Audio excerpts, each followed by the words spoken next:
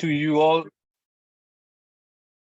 We'll wait for a few more minutes. In the meantime, I share the housekeeping rules.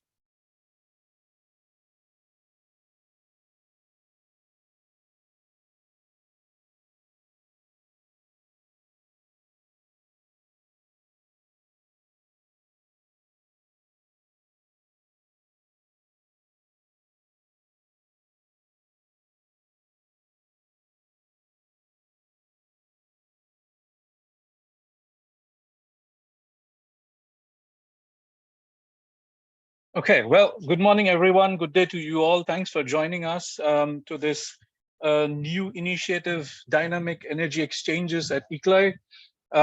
Today, we will be trying to understand how these our work with cities and regional local governments can support them in their local sustainable energy transition. Today, we working with a strong network of more than 2,500 local and regional governments would see how we can support them in various development pathways that ICLEI works on, from low emission development to people-centric to circular development, addressing the entry point of our flagship work on 100% renewables, where we are working with various cities and regions and supporting them in transitioning from their current status to 100% renewables, endorsing the definition of 100% renewables from IRENA Coalition for Action. We are working with the cities in Global North and Global South, working with them on their local strategies, building their roadmap, looking at what local policy development is needed, also seeing that these policy measures with local strategies are connected with implementation mechanisms that help us drawing out various bankable renewable energy projects, at the same time foster multi-level governance and strengthen capacities of key stakeholders. Looking at this, the whole pathway from planning to implementation takes us through various stages. And one of the key stages is where the bridging between action and planning needs to happen. And for this, today we want to understand through these energy exchanges. In today's exchange, we want to focus on one of the topics. So why do we do this exchange is to bridge the action and planning, keeping in mind the local context. This series of virtual exchanges will be offering more deep dive into those solutions that are suitable for local sustainable energy transition. And this is particularly aimed for local governments, practitioners, and experts in the domain. As I mentioned, this is Energy Exchange 1, and today we'll be focusing more on the interesting topic of community energy. We understand that community energy is an important element in the whole energy transition, and we want to understand today how,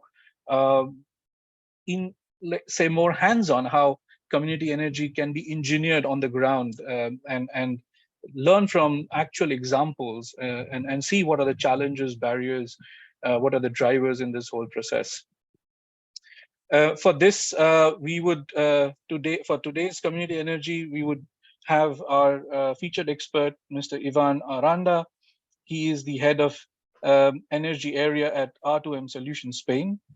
Iván brings a combination of strong technical background with broad range of expertise based on a diverse international experience spanning over 18 years, working in Scotland, Bolivia, Argentina, and Spain, among other countries. So Iván, with that, I hand it over to you. Okay, thank you very much. Good morning to everyone. First of all, I want to thank ICLEI for holding me here and for inviting me for this session. So now I'm gonna share my screen and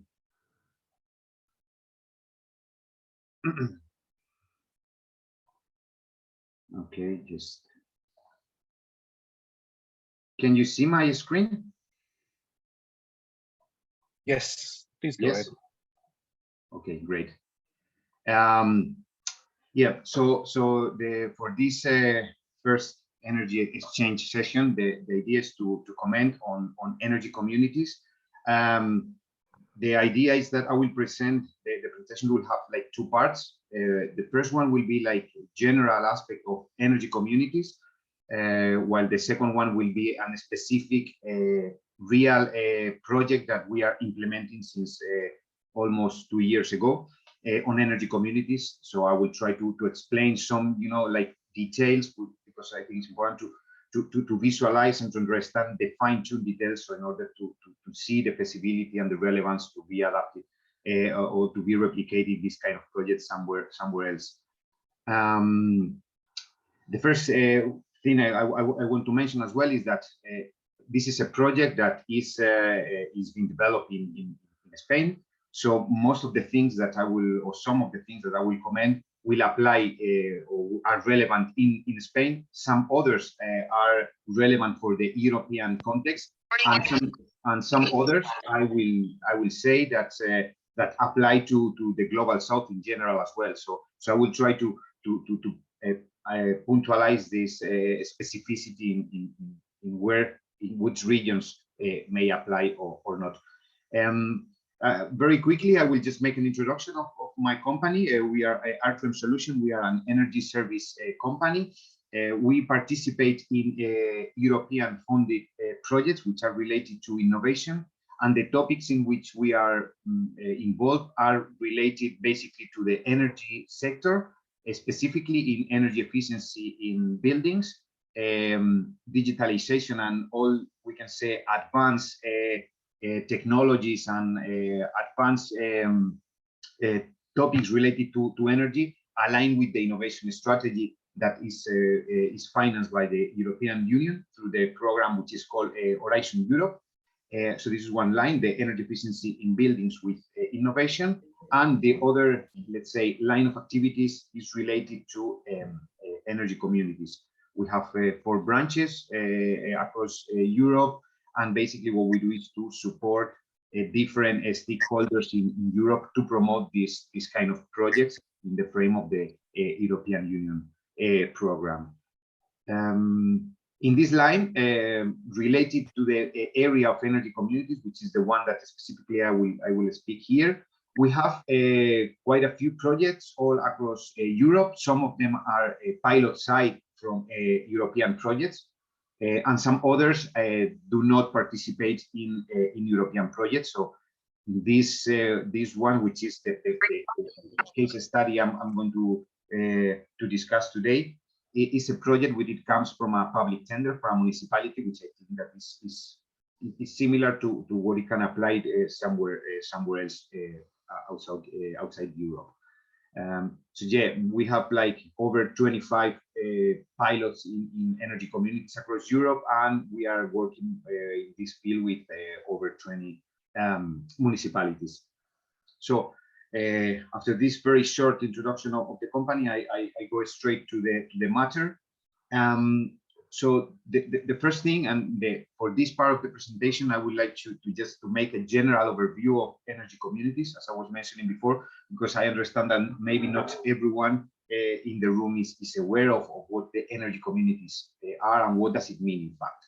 So I will just go through key ingredients of energy communities that in general, I think that most of them apply everywhere, to Europe, to the global north, but also to the global south. So an energy community, these parts in the left-hand side, it comes from the energy directives, and an energy community is defined as a legal entity with open and voluntary participation and effectively controlled by members. And apart from that, the activities that an energy community can perform are related to generation, storage, consumption, sale of energy, among others. So regarding the participants, what stakeholders can participate in energy communities, pretty much can participate anyone. So physical person, neighbors, companies, local authorities. So it's a mix, it's a large variety of stakeholders. So what I want to comment in here, what I think is important, is two ideas. The first one is that an energy community is a legal entity. It means that a group of stakeholders, people, organizations, and neighbors, local authorities, can join together in a in a legal entity. So this is an important part of the concept. At least this is the way it is in Europe.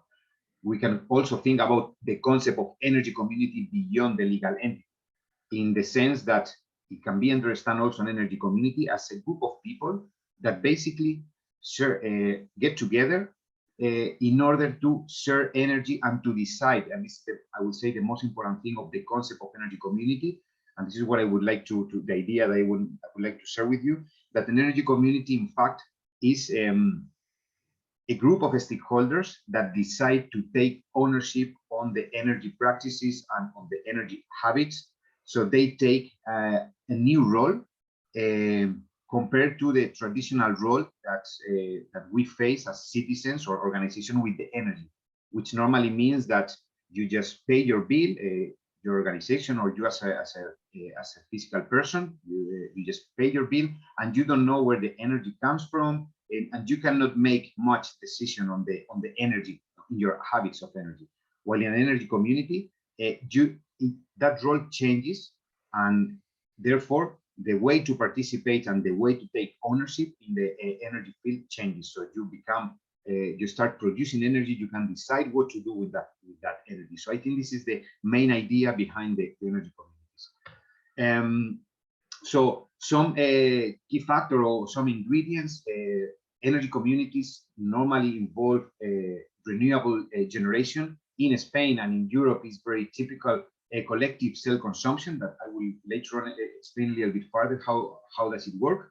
But in fact, it can be any type of energy vector can be used in an energy community. We can understand, we can consider energy communities related to sharing energy mobility, for example, or with for thermal energy, like for example, a shared biomass boiler, for instance, that is owned by a different group of people, and so on.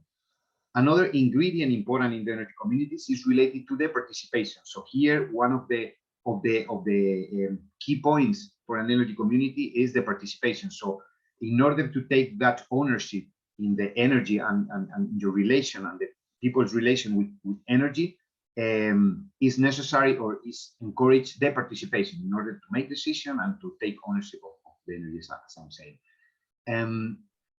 Also, energy communities normally what introduce is a further advanced layer of technology and innovation related sometimes with the energy management on energy optimization. This is because in the contrary of an individual energy consumer, in an energy community, as the energy is shared among different participants, the way to monitor and to manage that energy, it becomes more complex than for the case of just an individual participant or individual stakeholder consuming energy. In terms of the benefits of energy communities, we can put on the table, as I would say, one of the main one is the citizen empowerment. So as I was saying at the beginning, so the role of the population, of the citizens, the relation with the energy. So it changed the role. So you suddenly take ownership and decide what to do with your energy. Also, of course, there are environmental benefits because of the consumption of renewable energy, but beyond that, the consumption of renewable energy from the proximity. So normally these energy communities has an important local scope. So an energy community, we can understand that, which is a generation plant, renewable generation plant, and the energy that plant is generated is shared among the people in the local community. So it's not that to share energy like for 100 or 1,000 kilometers. It's more like it has the local spirit. So therefore the consumption of the energy comes from the proximity. And of course, because of the fact that when using renewable energy, it means that the cost of energy is reduced, because probably, as you know, the cost of the renewable generation, especially for solar photovoltaics, is being reduced in the last 5-10 years dramatically. So now the prices are allowed to recover the investment in a short period of time. This is obviously dependent on the region, but for the lifespan that a PV plant can last, which is typically 25 years, in a period of 5-10 years, the investment can be recovered. So therefore, there is economic savings related to the consumption of this kind of energy. Now I'm gonna make a couple of tips and comments regarding the regulation, and this is basically how in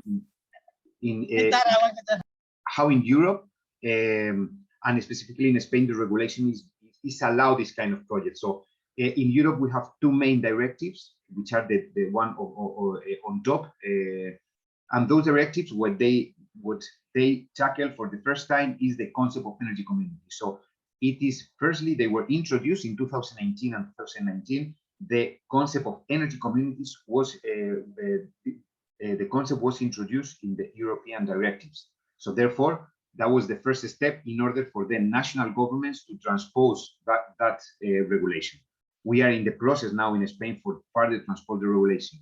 In Spain, specifically in 2019, there was the first time that a regulation allowed to share energy among different participants. So before 2019, it was not allowed to share energy. So you can only generate, self-consume your own energy. So the energy which is, for example, in your rooftop, or you are the owner of that PV plant, a specific PV plant, but it was not allowed to say, okay, I'm going to install a PV plant and I'm going to share the energy with other participants. That was not allowed until 2019. So after 2019 in Spain, the concept and the model of energy communities began to take relevance in the public policy. That specific regulation came together with some, let's say, strategic planning in the Spanish government related to different regulation or roadmaps to reinforce and to promote the energy communities. And this is important because if we didn't have this regulation, it hadn't be possible to really deploy the energy community. So the regulatory framework is something obviously that have to be in place in order to allow these projects to move on. From the financial side, together with the regulations, this is like, let's say, the framework that somehow allows and is propelling the energy communities in Spain. And I would say that this is like this is an European scenario. This energy aspect that I'm mentioning now apply for all across Europe. So in the case of the financing, Europe is financing the energy, this kind of projects, but also in Spain specifically, the government is supporting this kind of energy projects. The way in terms of the financing, the mechanism for financing this kind of projects, we are in a stage that from, let's say, 2019 until pretty much now, the scheme, the financing scheme used is the grant funding.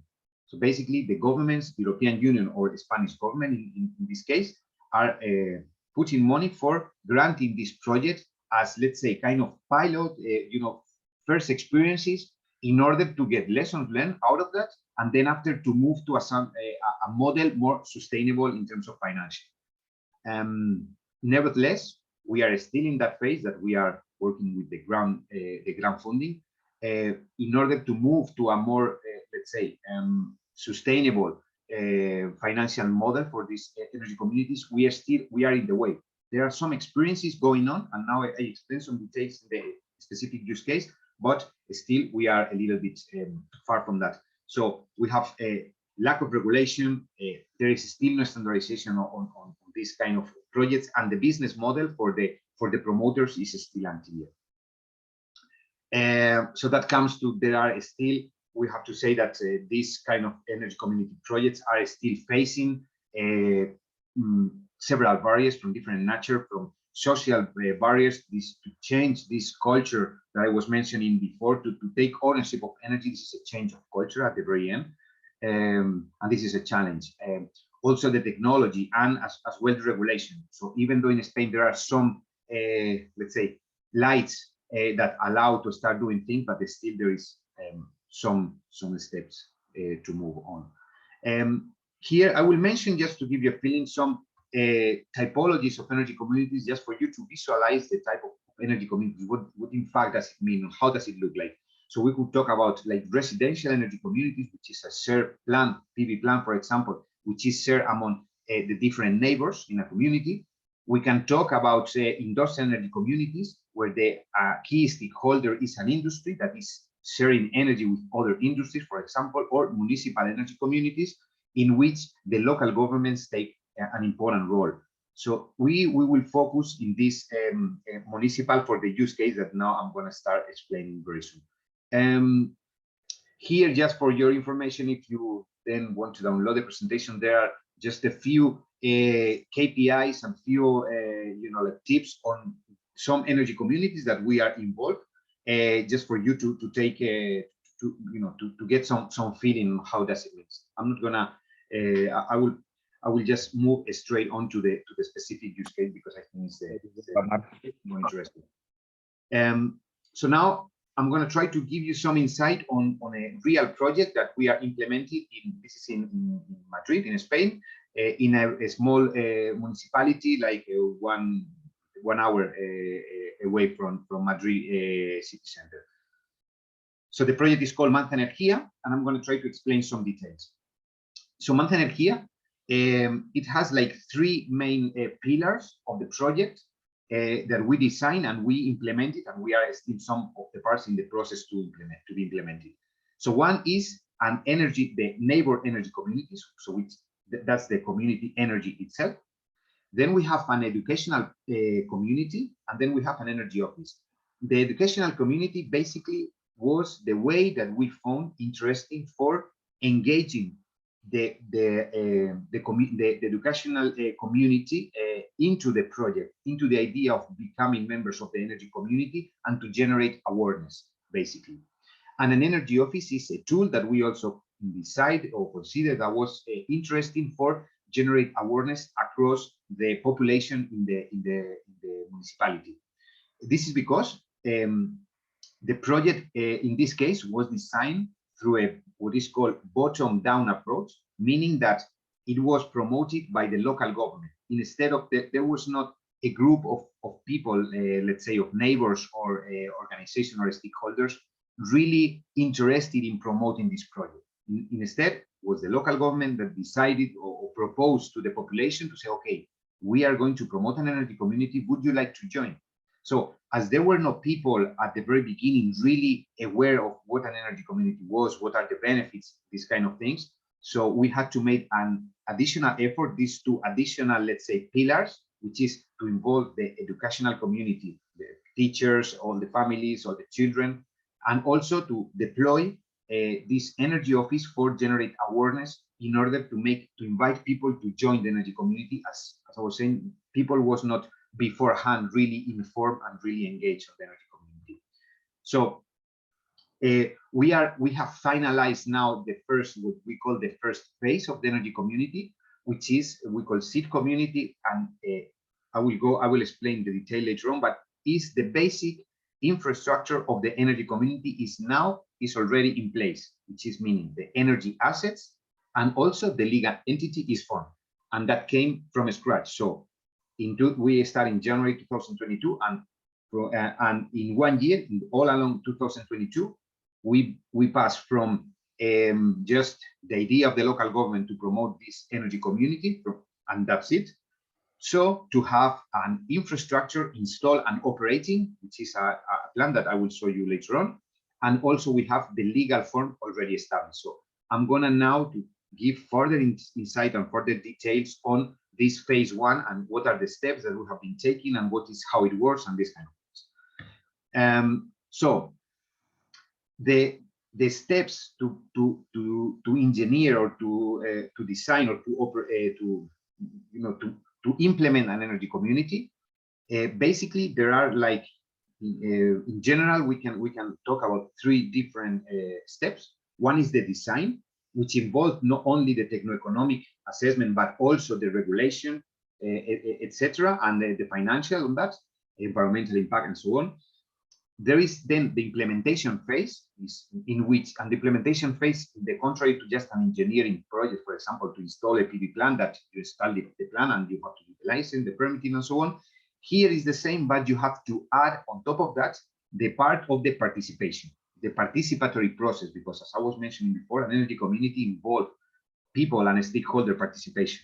So the implementation involved the participation process and a co-creation. This is part of the approach that we do, co-creation approach. And then we are in the phase of operation. So we have the operation and maintenance of the energy asset as any other renewable plant or renewable asset. But also we have here some parts related to this energy monitoring, energy management, for the complexity I was mentioning before, related to share energy among different people. So there are not many technologies, state-of-art technologies, for doing this kind of things. And this is the sort of stuff that we do in the European projects that we participate. So how this translates into the specific project of ManzaEnergía. So basically, what we did is we start from in January, we start the project in 2022.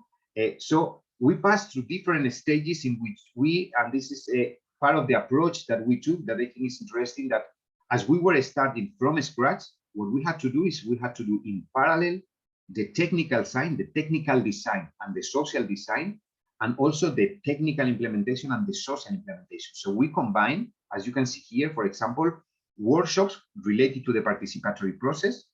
We mix this kind of workshop participatory process actions together with, for example, the installation of the PV plant, installation of the energy storage system. So we combine the social and technical aspect of the project at the same time. So finally, in December, basically what we did so by December of 2022, what we had was the legal entity, which is an association, in this case, in ManzaEnergía, was formalized, legalized as an association. This is the legal entity, this is the energy community, and all the assets, which I will show you later on, already installed and operating. So I think it's very challenging, and part of the novelty of this model is the part related to the social aspect of the energy community. While you can imagine that to install a PV plant, like large PV plant or for a residential PV plant, this is a technical issue. Basically, you have to get your permission, you have to do the installation, you have to commission the plant, you have to arrange the operation and maintenance, and you have to tie the finance. Basically, that's what you have to do. But here, the social aspect gain relevance, is more important. So especially in a project like this one, that, as I was saying before, the approach was a top-down approach. So meaning that there were no people at the beginning really aware and really involved and really promoting and pushing this project. So in that case, the participatory process are essential for the success of the project. Of course, you can have another energy community projects, and we participate in some of this kind of project in which there is already a group of people, like let's say a promoter group, that is already aware and is really pushing this kind of project. Then the approach is different, and the participatory process is not something that requires an additional effort, from an outsider. That we are an outsider company to the project, that we were hired to really deploy the whole energy community. So we put a lot of effort in this participatory process, and the way we did it was through, for example, workshops. And in this workshop, what we did is we talk about, let's say, for example, what are the expectations for the energy community? So what people wanted for an energy community, why to join an energy community. We explain what are the benefits. And the approach that we took for this participatory process was basically in a co-creation. So as this is not defined, there are many different projects and different sensibilities for energy communities. There are many, it can be very big variety of that. So what we did is we took a co-creation approach in which we basically shared the experience, and we share with the people that later on form the energy community. We share with them what is possible, what is not, what they want to do, and we shaped together the project and the way that the project was going to work. So we run different workshops all along the way, along the timeline I was showing before. We did quite a few. Also, we did, for example, and that was very interesting thing, because one of the most effective action that we took for engaging people, and that was at this point when the project finally kicked off, was when we did a party. We did an energy party. So we invite the whole municipality, everyone, to come together with us. So we paint this mural in the wall, as you can see there. So we made this painting, we made a party, and so people really joined the project, and it was an important key milestone for this participation process. So as I was saying, there were this participatory process, and in parallel we did all the technical side. Now, for you to visualize more like how, in terms of assets, how the energy community works, I will explain it now. So basically, the energy community, it consists in the following. There is 100 kilowatt generation plant, which is installed in the sports center in the municipality. It's a public building, the sports center. So there are 100 kilowatt. There is a 50 kilowatt hour energy storage system, and there is also an EV charging station.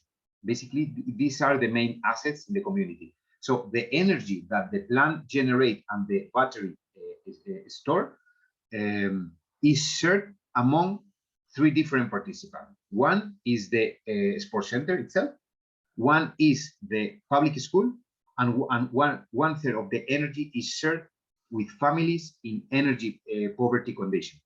So it means that the project, and this is something important as well, that's how this energy community project can support, or can, let's say, help to mitigate or to sort out energy poverty situation. So in this case, I think that it can also, it can be a model interesting to be considered to replicate in the global south, because in this case, the energy is shared, as I'm saying, with these families in energy poverty condition, and it's something that is allowed, and this model allows to do this kind of thing. And this is a decision taken by the municipality and also the energy community itself, which is the association.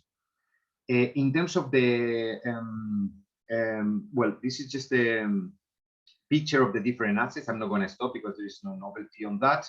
There are different monitoring systems. I forgot to mention that we have like this management platform for the energy management, but basically the assets are like state-of-art, let's say, PV plant, energy storage system, and real-time monitoring. So this is just the equipment. So nothing very exciting on that. But as I was mentioning before, one of the most complex or relevant things to be considered or to be designed is basically what is called the governance of the project. So, and this is something that we did with this co-creation approach. So here in the slide, do you have the stakeholders in this energy community? So basically, what we have is the municipality.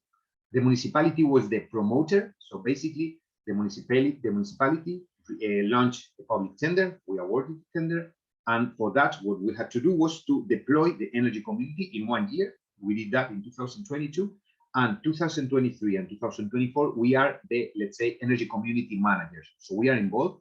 We are responsible for the operation and maintenance, but also for keep the people really engaged in the project, and all the energy management of the community. So the municipality, they are the owners of the PV plant and the assets. And apart from the municipality, there is the association ManzaEnergía, which is group of families in which participate people from the school, families from the school, other families in the municipality that do not have any relation with the school. So basically, it's population, the citizens in the municipality. So now I think now that they are registered like around 50 people. So, and they belong from the different parts from the municipality, different profiles. Also, we have a very close work with the social services, which are part of the municipality, in order to define and to decide with them this basically they decided which were the families in the vulnerability condition. So basically we integrate them in the project and we offer them this part of the energy. So the model is that the municipality with the plan, what they achieve basically is they achieve a bill reduction on the public buildings in the sports center where the plant is installed, and also in the public school, which also is using 1/3 of the energy that is produced. So basically that means that the energy bill is reduced because of the use of the energy assets. And 1/3 of that energy, so approximately 33 kilowatts, are given for free to these families in vulnerable condition.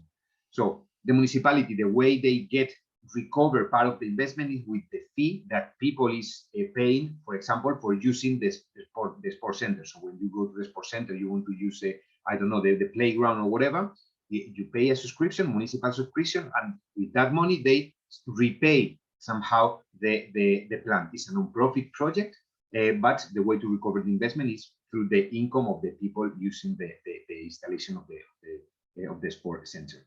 And then we are, of course, ourselves, which are, let's say, the technical hand of the project that is doing the promotion. So basically, and I didn't want to finish without, let's say, giving a mention on this advanced technology layer, which is an energy management and monitoring platform in which we monitor how the energy community is performing as a whole. So it has two key elements on that. One is, of course, to understand how the energy in the community is behaving, how is the performing of the community in terms of energy and in terms of financial, meaning so how much renewable energy is produced in the community, how much energy a specific participant in the community is using from the whole energy community, how much excess of energy is injected to the grid, because this is something I forgot to mention, but I think it's important. The plant is grid connected, so it's not an off-grid plant. That is something that is another model as well that can be thought an energy community in an off-grid solution, not connected to the grid. In this case, the plant is connected to the grid, so part of the excess of energy that is not consumed by the participant, there is paid by the retailer. So there is some sort of a feed-in tariff that helps the municipality to also compensate and get further income to repay the investment of the assets. But as I was saying, this energy platform, what it does is monitor the energy performance and the financial performance. So for example, what we do here is we estimate, so what are the savings for the individual participants, but also for the whole community. Because if you know what are the tariff that you pay to the retailer, and you know how much, and you know how much energy you are consuming at a specific time slot, you know how much money are you saving. So we can monitor the saving of the whole community and the individual participant. So this is the use of the, let's say, the technical side of this energy management platform, apart from other things that we are doing, which is optimizing the energy storage system, demand response actuation, and other kind of, let's say, advanced energy management. But apart from that, an important point here is that this energy platform also serves as a glue for the community, because one of the challenges in the energy communities is how to keep the spirit of the community. So how to keep the spirit of this group of people that is aware of the they become themselves part of the community. They feel that they become to this energy community. So how do you keep alive this feeling of community? So this platform somehow is a way, is a technical tool that allow people to feel and to visualize this and to enhance this feeling of participation in the community, because they see themselves here in the community and they see how they compare with the community somehow. So they can say, okay, so now I'm using, let's say, 5% of the energy that the plant is produced. But also I know that my community is saving X tons of CO2 emission to the environment. So it's a way to enhance, to improve the feeling of the energy community. So this is, I think, very powerful tool as well to keep that, because anyway, this is just an approach. But the challenge is to keep alive this feeling of the community and to somehow promote the growth of this community and to make the model, to extend the model to more people and to other places. So yeah, basically, and now just to wrap up, as I was mentioning at the very beginning, there are this ManzaEnergía project. It has 3 legs. One is the energy community that I was explaining just a minute ago. And now there were 2 other legs that I was mentioning, which is the educational community and the energy office. So here, just to insist and emphasize the relevance of the participation, and we identify these 2, let's say, pillars on these 2 actions, activities or tasks in order to promote the energy community. So as a lesson learned, it was very, very interesting, and it's very key factor of success to involve the educational community, because it's been like an amplifier. It has acted as an amplifier, because this is the only public school in the municipality. So involving the students for training purposes and for awareness purposes, and to discuss with them about energy transition, to share with them values related to energy transition. So apart from that, it has acted as an amplifier, because the children, they were talking to the parents, look, we are participating in this community and we have now PV plans. So it has helped more people to join the community. So, and in the same way, the energy office is being demonstrated as a very powerful tool for engaging people, because there is still, of course, and we are working on that, but there is this feeling that the energy sector is very complex. People do not understand their bill. People do not understand about energy, how it works. So that was a very really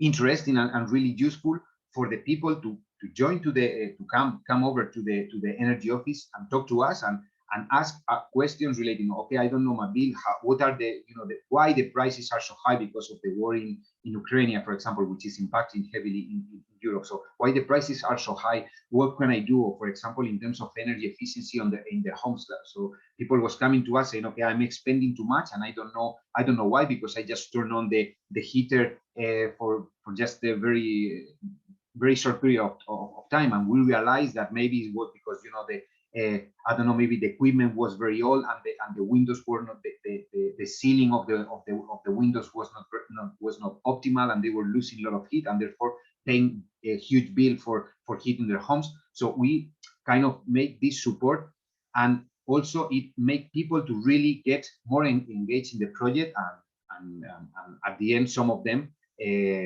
wanted to participate in the energy community. In this sense, now just in the last minute that I have, I will just say that people is now really pushing for further projects beyond the municipality. So now the energy community has really taken ownership, and now we are actually promoting 2 other projects with them, and now the municipality will not really participate, so it's just the energy community, the people, the association will really propose new projects and will manage and handle these new projects. So yeah, from my side, this is pretty much all. I hope I just comment everything on time. So I just give the word to Rohit. So thank you very much. Yes, thanks a lot, Ivan. That was really wonderful. A lot of information to process, and I'm sure all the attendees here must have enjoyed the points that you raised, from renewable energy to energy efficiency to the finance to the model, and including the people, from various sectors and various lives in your project. So it's quite interesting. For attendees, please, I mean, this is an exchange, very much of sort of an open house. Please pass on your questions in the Q&A section. If not, also you can raise your hands and unmute yourself and also ask questions here on the floor. To begin, I think from my side, Ivan, what seemed very interesting was the concept of this energy party. And I was wondering, what not if an party can call on people to join, and and do some good work with some food and some drinks and so on. Speaking of this, I just wanted to ask, because it seems a lot of engagement from the community side, connecting people with others and so on. How did that work out? Was it really difficult? Bringing people from all walks of life, coming and talking about the common goal of the community, and how did they react when they were in front of each other, say when the municipal officials are there or the seniors are there. So I was just trying to understand this engagement, when the elders of the community are there and the youth is also there. What was the flow of energy and conversation? Yeah, sure. Yeah, I mean, this is definitely, in my opinion, this is the most important challenge, and the most complex challenge is the social, because of this change of culture. For me, this is really the key point, at least here in a project like this one, which is a top-down approach that people was not really interested from the beginning, to really create a group of people interested and participating. So this is a challenge, and it still remain a challenge. This is the idea of the platform to keep alive that, because, and there are a few things to mention here that to show the challenge. Here in Europe, the feeling of community is not something very, it's something from the past. People here is more like, they have more like kind of individual feeling. So this feeling of community is not that strong that it can be in other places. So as you comment, so the fact that put together people and discuss on that from, with a community view, that's very complex. And people, you can see that people felt a little bit, now not very comfortable, and they didn't even know how to deal with that, like how an association works, for example, how to even to keep the words, and how to raise the hand, and how to, so that's definitely is still a challenge. So it's an educational process, and of course we are learning on that, because we cannot come from that work either.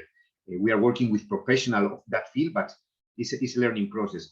So but I think that there was a key point here, is that the municipality, even though there was not feeling of community, but in order to promote a project like this one, the municipality had clear that there was like the background kind of thing, like that the municipality knew that people will respond successfully.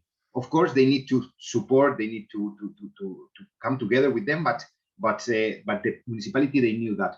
Of course, we are in other projects and in other places that it makes no sense at all to think about an energy community, because people, in fact, they don't want an energy community. So the first thing to deploy an energy community is that people want to have an energy community. If people don't want it, it's pointless to promote that. So the municipality knew that here it was something that was an idea that people will enjoy.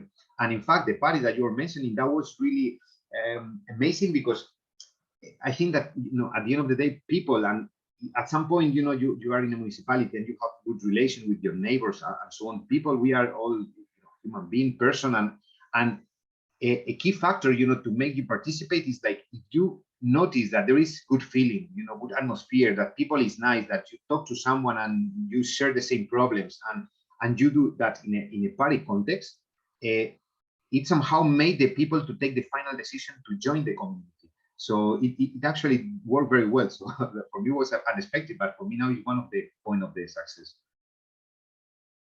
Okay, perfect. Quite interesting over there. And yeah, I mean, we in our work, when we see, it would be quite interesting to even see how the same kind of social exchange would go when we take the work from Europe to let's say in Indonesia, or some countries in Africa, would be completely different in Argentina or Latin America, no? Okay, colleagues, please keep sending in your questions. I'm kind of handpicking them, but before that, I see Felix has his hand up. Felix, do you want to go ahead and ask your question? Yes, indeed. Thank you very much, Ivan, for this insightful presentation about energy exchange. And I think it's also one, as was already said from the beginning, it ties in very well for the energy transition, especially into the for those sectors of economy that are kind of marginalized. But so pardon me if I'm going to ask a question that is more oriented towards where I come from. I come from Ghana. So I see that here, the examples that you have used from Spain, it presents a model that is more not for profit. And so if I would I'm trying to brainstorm how this would work in our context. Because of the not-for-profit nature, you see that the participation of the local government is actually intact. But in the space where there is energy poverty, but there is also the need for people to have access to energy. But of course, even if the local government is present, it does not have the necessary resources also to even kickstart the whole process. How do you see the role of the private sector and also how it's then the private sector has vested interest in generating profit. So how does all of these things play together and make sure that of course we also looking to ensure that the marginalized in society also do not get disadvantaged. Of course, when the private sector comes in, then there is also the fees and those people could not pay. So how would you see all of this playing out in a place where the local government might not be present, or even if they are present, resources are limited, and also the aspect of making sure that everybody is on board and no one is left behind? Yeah, absolutely. This is a very important question and very challenging and very relevant. Absolutely, yeah, this is a specific, as you say, it's non-profit, and it's obviously the context is different when you have all the support and all the investment made by the local government. This is obviously it helps, here the business model is one of the key challenges even in Europe, because now, as I was mentioning, we were working as a granted project. So the granted project, it helps you at the very first stages, but then later the project have to be sustainable. So and this is a challenge here to find out the right business model for this. But of course, I can imagine, and actually I was last week in Senegal, and we were proposing, and I think this the concept I can transfer to you. How can it work? How can I imagine, of course, that this concept can apply to a country in which, for example, you are not you have maybe off-grid population that want to tackle that.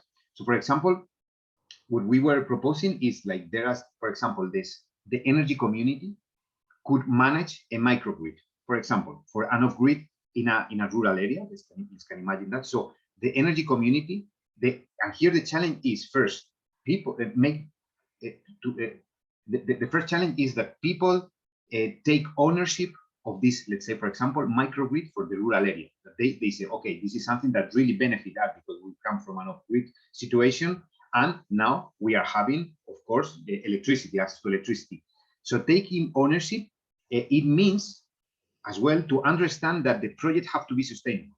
And that means that in the same way that, for example, when you have your mobile phone and you pay, and everyone understand that if you want to have, internet connection, that this is something that is massive everywhere in the world, in global south as well, everyone has their mobile phone and they have their data and they pay for that.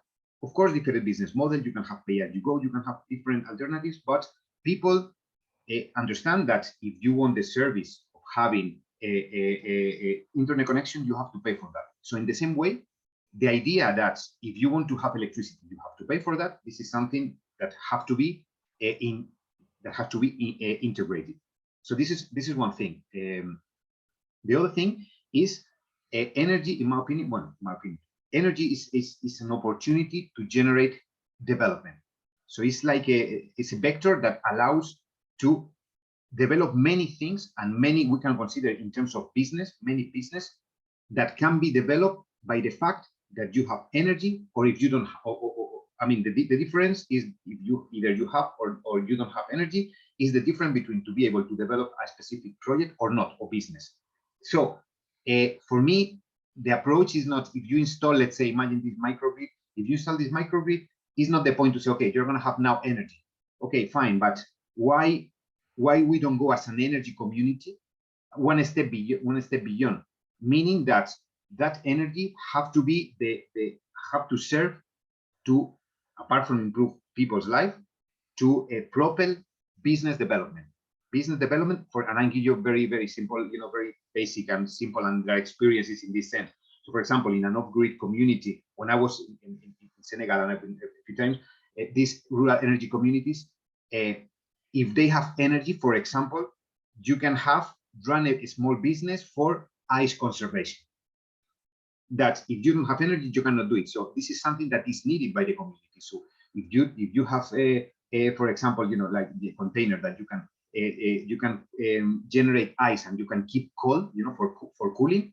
This is a service that it can be shared in the community, and community is going to understand that it has a value. So for me, the energy community and the energy itself have to be a tool for development. It's not the objective by itself, but I think the ways to consider further beyond that the opportunities that energy can provide to a community, and the community itself take ownership, not only the energy, but all the development that can happen around that. So with that, we could reach ideally the sustainability of the project, that you have obviously an operation and maintenance of this supposed microgrid, and you have to cover that. So that should cover, for me, this is the point of the sustainability, that the running costs of the solution are covered by the payment in the different business models that are developed surrounding this energy asset. And now the part of the investment, this is more complex, and for me, I think at this point the alternatives are there are like funding schemes in let's say in different from banks to agencies, international agencies, national agencies, and I think because I think to be honest, it's difficult for me to see how, like just a private investor say, okay, I'm going to install this microgrid, imagine a container to 200,000 K, and I'm going to install that in a rural community. There is no way to recover the investment for that. So for me, the investment should be covered with the diverse and the various financial mechanisms available, which there are quite a few, but the sustainability is what it has to be guaranteed through this social process and engagement. So this is the way I will see this. Yeah, no, thanks a lot, Ivan, for this interesting answer. Actually, that is quite interesting, because even in your project for the Manza, the structuring with the various stakeholders on municipality, the school, and the families, etc., is also connected with the savings on the energy consumption in school, what happens with the sports facility, and so on. And that's quite interesting, because here the grid connection, of course, gets some benefit, that the extra energy that you pitch back, and there is some form of net metering. And in this question that further goes, so this can be also imagined in off-grid setup, let's say in countries in Africa or in Asia and so on, where this, as you said, some form of productive use is there for the energy, which brings in the revenue, which would at least be used for sustaining the project. No? Looking at the questions that we are getting, so I'm going to club a few of them. The one on, let's say, clubbing on the technology part, and also the example that you used. I just wanted to know if, in your experience and looking around what's happening in Europe and other parts of the world on community energy, do you see also more examples on other technology sources? Because I see the most on solar PV and all. How is it with the wind, with bio, and with changing of those resources and technologies? How does the behavior and the exchange with the communities change? How do they perceive each technology? Speaking of the same, I think one of the questions that the audience is asking is also, how much do you focus while planning on circularity issues with the circular economy, and also with respect to using batteries, for example. What is the type of batteries you're using? Is there a modal shift? Somebody is very specific about asking that, especially connected to off-grid. And something related to the platform that you should, is that platform accessible to all in the community, or is it only restricted to the families or the local government and so on? So sorry, but clubbing the questions together. That's fine. Okay, I'm taking some notes. Yeah. So regarding other examples, yeah, this is a very specific. The variety of energy communities that we can have is huge, and this is something that we have a lot of experience because in our European project we participate in many different types. And you can imagine, in fact, an energy community. This is what I was mentioning at the beginning.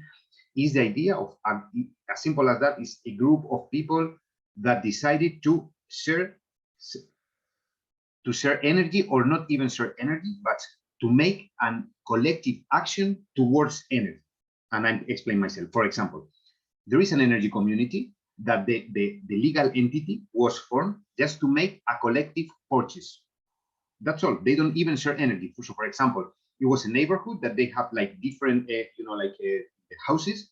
They want to make an actuation in energy efficiency because the windows were old, the walls not very, the cover, the envelope of the building was not so strong, and therefore they were paying a lot of money. So what they said is, we are going to put together and we are going to make a collective purchase. So we are going to hire a service of a company that is going to sort out all the problem in our Chile. And they form an energy community. That's an energy community. Let's say as a simple case in which there is no energy consumption. Or energy served, but we can imagine, and there are many cases of studies of different nature. I can point here just a couple of them very quickly. So, for example, in terms of wind, so there is one of the first energy communities, a cooperative in France, and what they did is like a community, like a municipality. They decided to buy themselves a windmill, big one, this half a mega, or the big ones, and to explode them, it's a business. So, okay, we're going to put together, we're going to buy them. So we're going to make somehow business selling the energy of the windmill. One part of the energy will come to us, so we will have energy for cheap, but also we will have an excess that we will set to the spot market in Europe. So this is an energy community. Another energy community is, for example, an industry in the Basque Country in Spain, and there are many others in other places, and it's a group of industry that they decide to buy a big biomass boiler, like with biomass, no gas boiler, but biomass, like renewable biomass, and to build up a district heating network for the industry, because there was industries in the Basque Country that they need heat in their productive process in the industries. So they are running this biomass boiler all together, in a collective way, and the investment, it was made by everyone. Now there are, for example, models related to mobility, in terms that, for example, like an energy community can be addressed.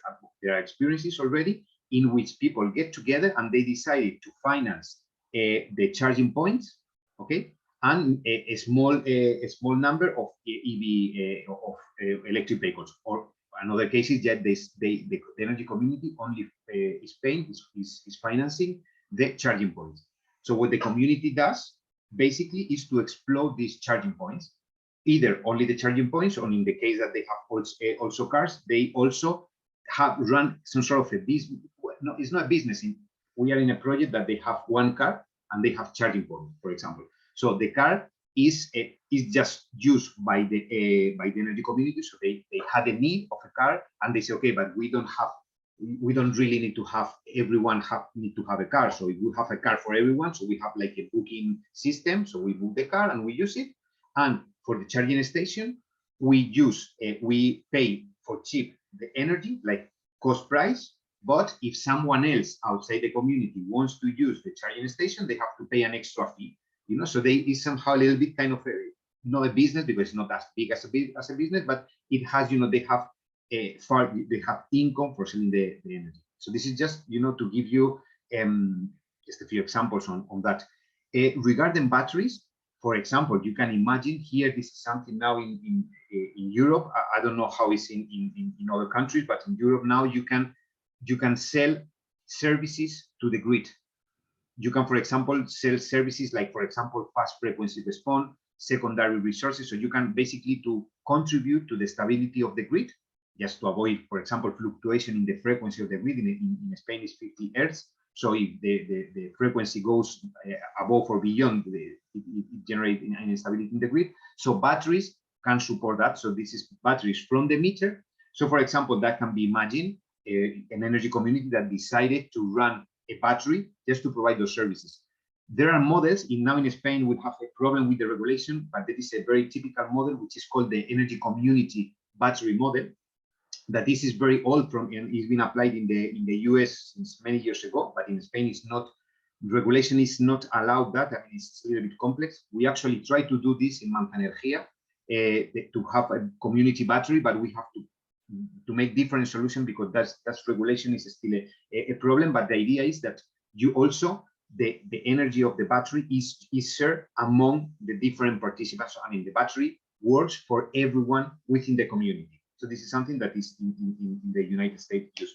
And also, and this I finalize with the example, just with the batteries that you were mentioning, that is the off-grid batteries you were mentioning. For example, we have a project in an island in La Graciosa. It's in the presentation that was sent, that there are individual residential photovoltaics and batteries. So every house has photovoltaic and their own battery.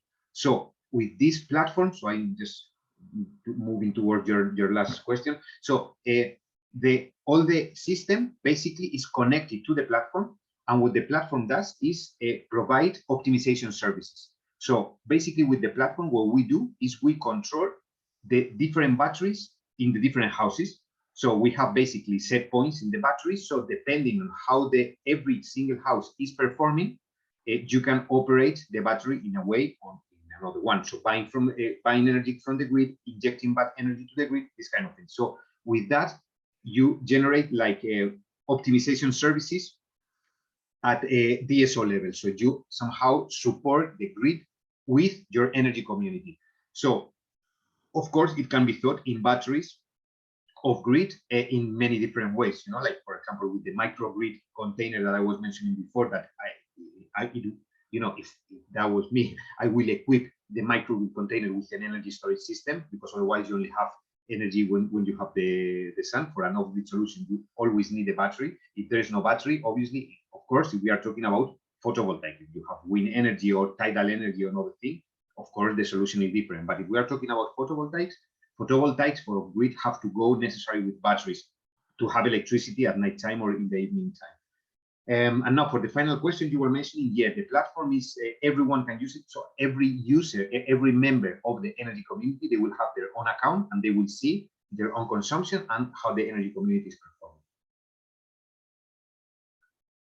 Okay, perfect. I mean, first of all, thanks a lot to all the attendees who are still there with us. It seems like the exchange itself is so interesting that, I mean, we have gone over time and we see that everybody is still there. My team has given me a green light that we can go a bit more with time. A few minutes extra, where I wanted to, of course, address a few more. I mean, there are many questions that have come up, but I think we will reach out to you and discuss more and try to answer them over emails or so. But just to conclude, I mean, the last few questions. I mean, when somebody now in other countries or so wants to go ahead and try to begin with an energy community project, is there any website or one window where they can go and ask or look for tools and resources, or try to look at how to do it yourself, sort of thing, or at least initiate that part of? Yes. Yeah, well, actually, yeah, we are in one European project that what we are developing basically is a tool, a platform tool to come together to support in all the steps for the development of an energy community. This we have the version of the platform. It will be launched, the first version, in September this year. So, and this is the idea, is to support the whole process in case that someone wants to initiate an energy community, to get all the, you know, like the information in terms of the, how do I think about the financial, how do I think, I get some figures on the techno-economic, how do I understand how goes regarding the legal form, some tips on regulation, what things should I do or can I do, or what things I cannot. So based on our experience, we are deploying that. But there are, of course, available resources, and there is, as I was mentioning, a big push in the European Union to promote this energy community. So there are, I would say, two relevant sources. One is the Energy Community Repository. If you Google that, you will access a web is full of resources on energy communities. So basically, and there is another which is called the Rural Energy Community Repository, which this is more focused on energy communities for the rural areas.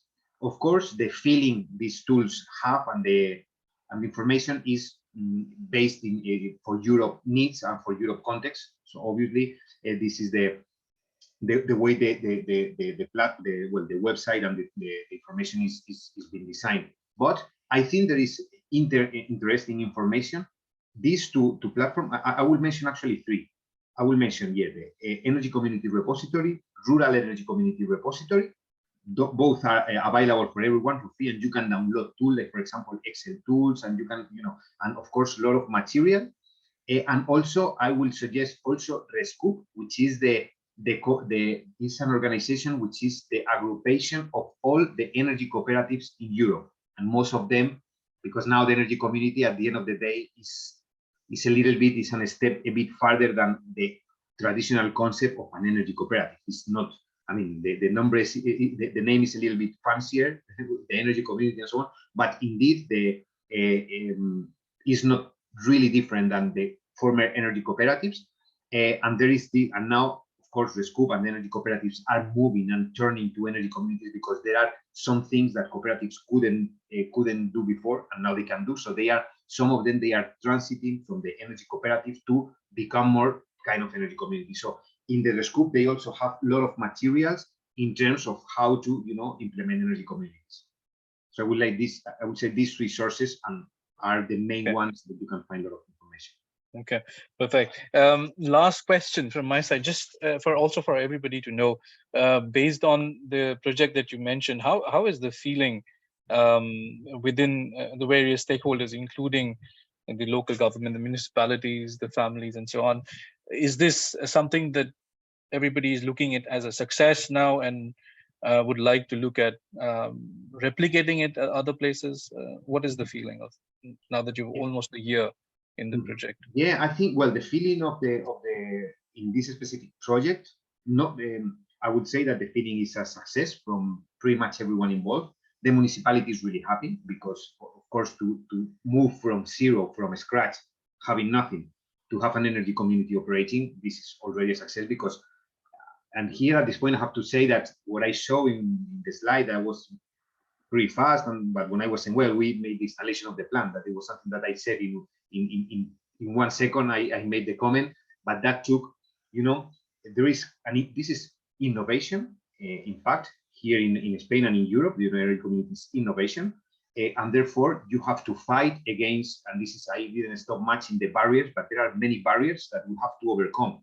So to install a plan, a collective plan, as I was mentioning, the collective energy, it happens in Spain since 2019, but still today is not an easy process, because you have to go through the DSO, to the retailer, and there is no there are not so much interest from the DSO side to promote this kind of project. So you find barriers. So so the fact that what we have now is a success. So from the municipality side, from the people, for the participants, they feel it a success because they have taken ownership of the community. So now they are proud proud to to be in the municipality, say, okay, I am member of the energy community and I'm involved in that. Nevertheless, I have to say that there is still remain challenges, and for me the challenge at this point is how to keep the feeling alive. And for me, the only way to do that is, well, the tool of the platform, so they visualize themselves, but is to have some sort of ambition for growing.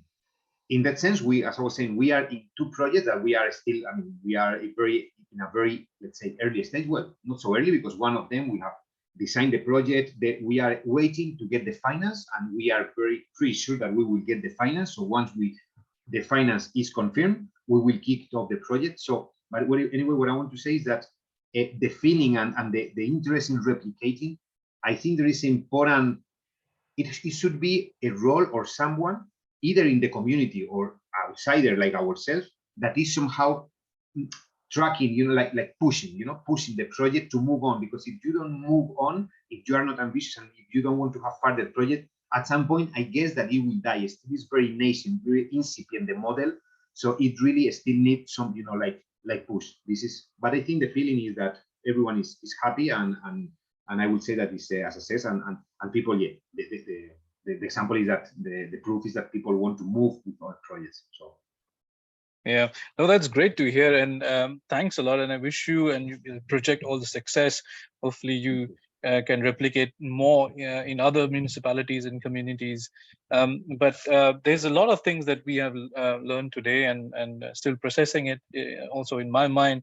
And there's still a lot more to learn. I mean, we can clearly say that this is a really good a way to empower communities, and also look at how to stimulate the local economies, promote renewable energy at the same time, look at how to enhance energy security, reduce energy poverty, create access to energy, and so on. And basically integrating more elements towards the local sustainable energy transition. But we do also realize that there are still a lot of challenges, barriers that we need to work on, and see how those solutions work out in different parts of the world, with different communities, and so on. I believe that in this case, a multi-faceted approach would be really helpful. And looking at the technicalities, the financial, the policies, and also build capacities and exchange knowledge. And hopefully we can also exchange more in our energy exchanges on community energy, looking at the other aspects and other challenges from other projects on the ground, and learn from them how we can, in our future projects in different parts of the world, could modify it to the local context and create more success and impact on the ground. I would like to ask my team to share the slides so that we can conclude, and also thank you all. I mean, now we still have more than 80% of the people who joined us still online and listening to this interesting exchange on community energy. So it's been fascinating, and I thank also my team to give us this extra time for this. So Ken's, yeah, perfect. I would like to also say that we do have future exchanges coming up in this season, with the month of August having 2 of them on urban cooling, and also looking at energy efficient buildings. In September, we'll talk about renewables in agriculture with Agri-voltaics. And in October, we'll be talking about heating and cooling from wastewater, and looking at innovative financial mechanisms. Can you go to the next slide, please? Also, do follow us and get involved with our work on 100% renewables with cities and regions. Feel free to also send us an email in case you want to engage with us, and we can look at how we can support everybody. Next slide. At last, I would like to thank our partners for this season: R2M Solution Spain, UrbanShift, Schneider Electric, TAP, and so on. With that, I wish you all a good day. Thanks, Ivan. Many thanks for giving us your time and sharing your expertise and knowledge. This has been a great learning hour for all of us, and hopefully we can all bring this in our work and create the impact that is needed on the ground.